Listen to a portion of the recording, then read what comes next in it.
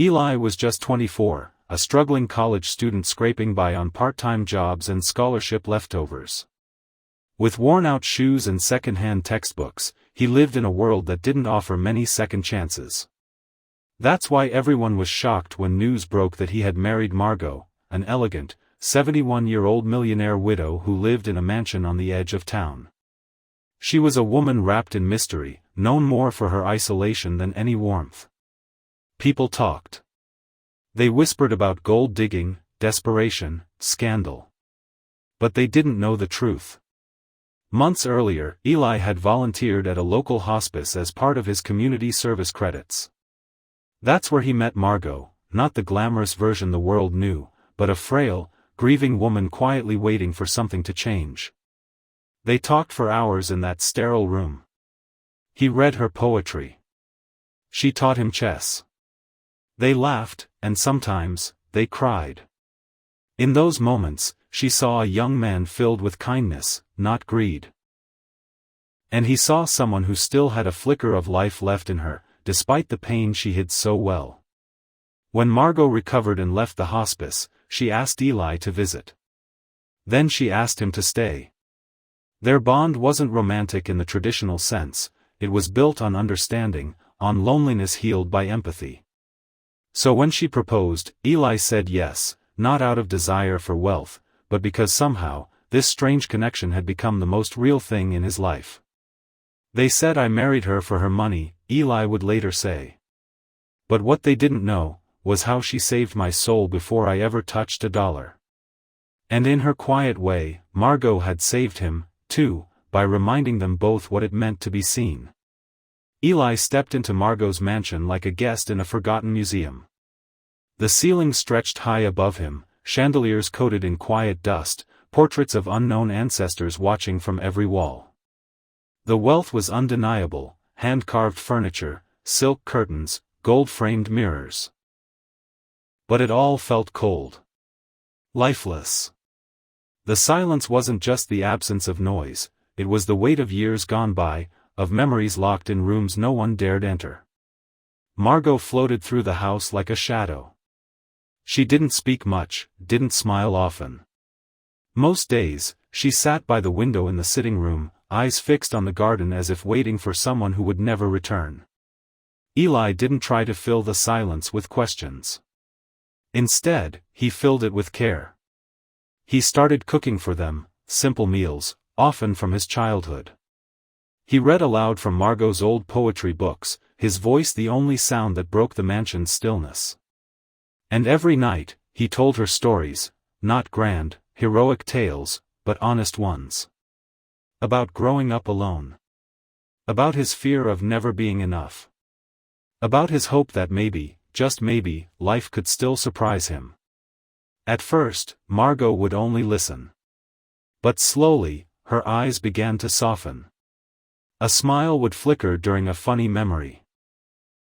Her hand would linger just a little longer on his shoulder. Then one night, after a story about the grandmother who raised him, she turned to him with trembling lips and said, "You remind me of someone." Her voice cracked. "Someone I lost." Tears welled in her eyes, and for the first time, Eli saw something behind them, recognition, pain, and something deeper. Something unspoken. The mansion was still quiet, but for the first time, it didn't feel empty. It felt like the beginning of something long buried coming back to life. On the 7th evening of their quiet, unusual marriage, Margot approached Eli with an old iron key in her frail hand. Her eyes held a seriousness he hadn't seen before. "It's time," she whispered, pressing the key into his palm.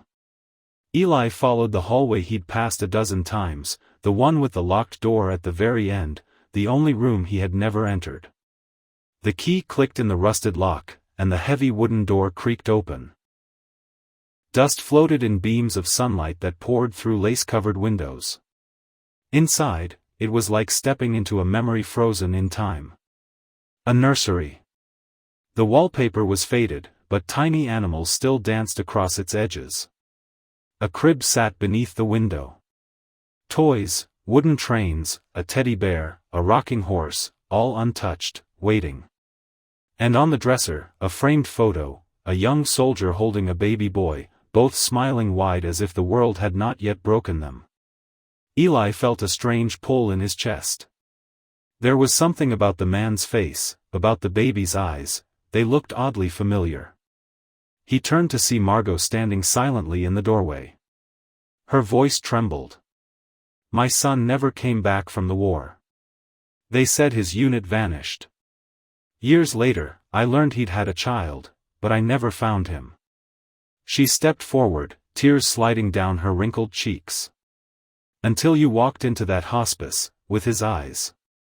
Eli couldn't breathe. The photo. The eyes. The strange connection they'd felt. It all made a kind of impossible sense.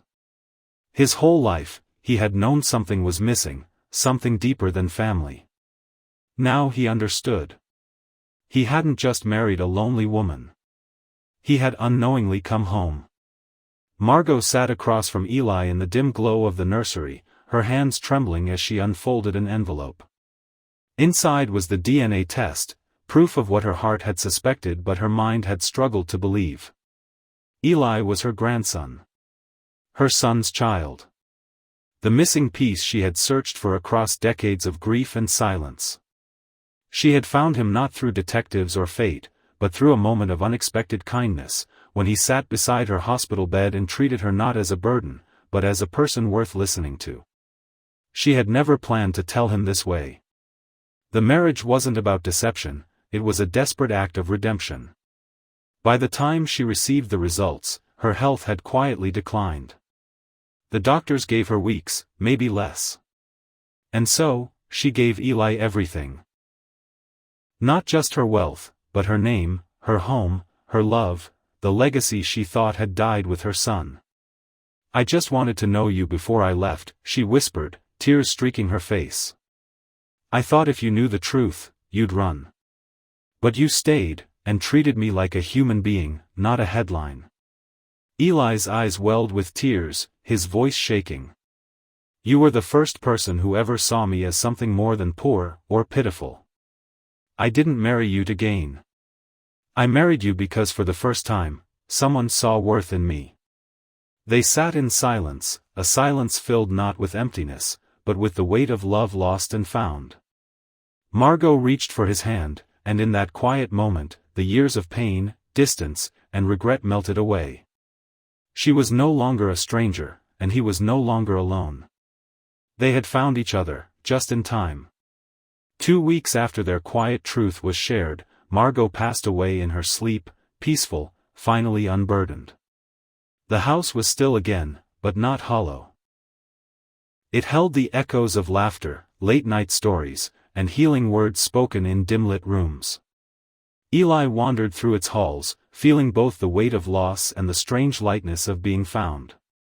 He entered the nursery one last time and saw it, an envelope resting gently in the crib, with his name written in Margot's delicate hand. With trembling fingers, he opened it. "You gave me a reason to live again. I couldn't die a stranger to my own family. Take this second chance and use it. Make the world better, in your own way. Love, Grandma." Tears blurred the words, but Eli read them over and over, committing every sentence to memory. Margot had given him more than money, she had given him history, belonging, and purpose. She had turned what others saw as a strange, scandalous marriage into the beginning of a miracle. Eli didn't buy a mansion. This is not a story about scandal. It's not even truly about money.